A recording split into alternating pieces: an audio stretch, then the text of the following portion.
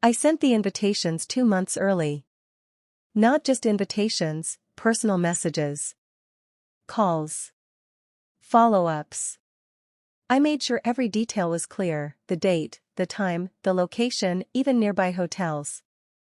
I didn't want any excuses. My wedding wasn't extravagant. Just a small ceremony, a quiet garden, close friends, and, at least I hoped, family. My parents said they'd try. That should have been my first warning. My sister read the message and left me on scene. My brother said he'd check his schedule. My aunt replied with a thumbs-up emoji. Weeks passed. No RSVPs. I called my mother again. We're still deciding, she said. You know how complicated things are. Complicated. My wedding was the simplest thing I'd planned in years. A month before the ceremony, I finally asked directly. Are you coming or not? There was a pause on the line. Then she sighed. It's not that we don't want to, she said. It's just, we don't feel comfortable. Comfortable with what? I asked. With her, she replied. My fiancé. The woman I loved. She's not really family material, my mother added quietly. You could do better. I ended the call shaking. I told myself they'd come anyway. That once the day arrived, they'd show up. They always did, late, critical, but present. I was wrong. On the morning of my wedding, my phone stayed silent. No good luck texts. No, we're on the way. Nothing. The ceremony started on time. I walked down the aisle and saw rows of smiling friends. But the front row, the one I'd saved for my family, was empty. Every seat. I kept my smile. I said my vows. I kissed my partner. And still, I kept checking my phone. After the ceremony, during the reception, my father finally texted. We decided not to come. We don't support this marriage. No explanation. No apology. Just a sentence. Guests noticed the empty seats. Someone asked quietly, Are your parents running late? I shook my head. They're not coming. Later that night, as the music played and the lights dimmed, my sister posted photos online, from a family dinner. Smiling faces. Wineglasses raised. The caption read. Family first. Some choices are mistakes. That's when I realized. They didn't miss my wedding because of timing. They missed it because they'd already chosen a side. And it wasn't mine. But what they didn't know was that their absence would change everything. I didn't confront them that night. I finished my wedding smiling, dancing, thanking guests, pretending the hollow space in my chest wasn't growing with every song. My partner held my hand tighter than usual, like they knew exactly what I was thinking without me saying a word. They chose, my partner whispered. Now we choose us. That should have been enough. But a week later, the truth surfaced. It started with a call from my cousin, the one who never picked sides. I shouldn't be telling you this, she said, but you deserve to know. Apparently, the night before my wedding, my parents had hosted a family meeting. No me. No invitation. Just them, my siblings, and a few close relatives. They didn't discuss travel plans. They discussed money. My parents had recently asked my sister to move back in with them. She'd agreed, on one condition, they would help her financially. Big help. Down payment help. But my wedding complicated things.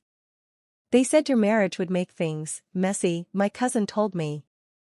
That if you married, they couldn't justify supporting your sister the way they wanted. I felt sick. So it wasn't about my partner. It was about control. If I stayed single, struggling, quietly loyal, I was manageable. Marriage meant independence. A new family they couldn't dominate. That's why they didn't come. That's why they chose absence over honesty. I called my mother. She didn't deny it. We just didn't want distractions, she said. This was a sensitive time. Sensitive for who? I asked. For the family, she replied, meaning everyone but me. I asked one final question. If I had cancelled the wedding, would you have come? Silence. Then a soft, guilty, probably. That was the moment something in me shut down. Not anger. Clarity. Over the next few weeks, I stopped reaching out. Stopped explaining. Stopped defending my choices to people who had already decided I didn't matter unless I stayed small. At the same time, something else happened. Because I was no longer helping my parents financially. No emergency transfers. No covering bills. No, just this once. They noticed fast. Texts shifted tone. Are you okay? We haven't heard from you. We need to talk. I didn't rush. For once, I let silence do the explaining. Then came the message that told me everything.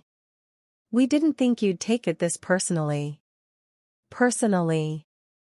As if missing your child's wedding was a scheduling conflict. That's when I knew.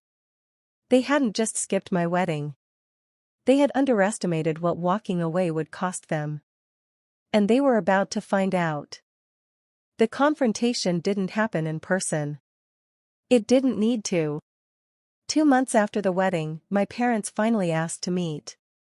I declined. Instead, I sent a message, clear, calm, and final. I won't chase people who chose to miss the most important day of my life. My mother replied with tears and apologies that never quite reached the word sorry. My father sent a long paragraph about family loyalty and tradition. I read them once. Then I wrote back. I gave you 2 months' notice. You gave me silence. I'm done filling that space for you. That was the boundary. From that point on, things changed quickly. The financial help stopped completely. The emotional labor stopped too. I no longer mediated arguments, fixed emergencies, or played the role of the reasonable one. And without me quietly holding things together, the cracks showed. My sister moved back home and clashed constantly with my parents. Bills piled up. Tension grew. Suddenly, the child who'd always shown up wasn't there to absorb the pressure. They reached out again. This time, asking for help. I didn't say no. I said something harder. I can't. Because can't doesn't invite negotiation. A year later, we ran into each other at a relative's event. My mother looked at my partner and then at me. You seem happy, she said, surprised. I am, I replied. And I meant it. They missed my wedding because they thought my life would stay connected to theirs no matter what they chose. They were wrong. The family I built showed up. The one I was born into chose absence. And that choice didn't break me. It freed me. Because sometimes, the people who don't come to your wedding are the same ones who were never meant to walk with you into your future.